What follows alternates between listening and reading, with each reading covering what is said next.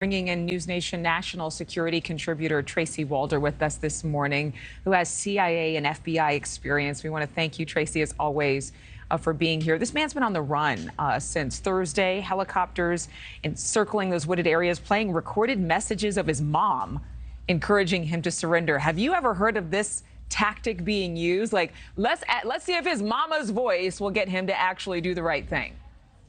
Well, thank you so much for having me, Adrienne. Yes, I've actually heard of this being used before. I would say the most famous case of this would have actually been in the Waco siege compound. The FBI's hostage rescue team did play voices of loved ones, videos of children to try to coax the individuals out. As we know, that did not work. I'm not sure how much of an impact that this is going to have here. This is an individual who stabbed his girlfriend in front of his child, in front of her child, excuse me, 38 times, and also killed someone in Brazil because they owed him money. So I'm not necessarily sure that this tactic is going to work, although I think anything is worth trying at this point. Yeah, just a cold-blooded killer. He was convicted, so I can call him that, a cold-blooded killer.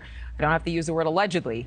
We know there have been multiple sightings. When somebody like this is on the run, somebody this dangerous, they're locking down schools, they're telling people to be careful.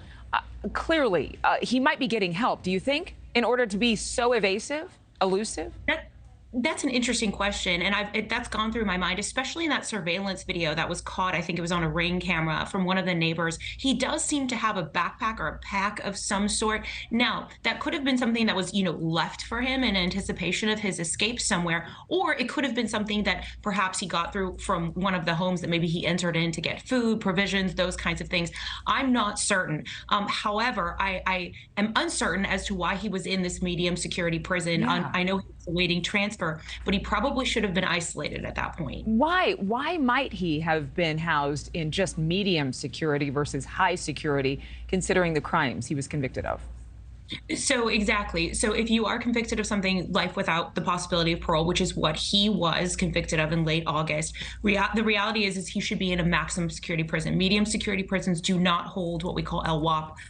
Folks, it's usually people serving 20 years or below. You have more freedom of movement within those prisons. And that's concerning. The fact that he was given that freedom of movement. Now, it sounds like he was just there on sort of a holding basis, awaiting transfer to another facility, which was really the case actually with Michael Burham as well, who escaped in May. And so there's really something going on in these holding sort of facilities for these maximum security prisoners who probably shouldn't have ever been there in the first place. Really quickly now, for those who are watching who have no proximity to Philadelphia, I think they're wondering, when is somebody going to do something about the security, the staffing shortages that we're seeing at prisons? We've seen more prison breaks, it feels like, than we've ever seen in at least the time I've been in news, over 2 decades. So what's the deal? I mean, and who's the one responsible for changing the system?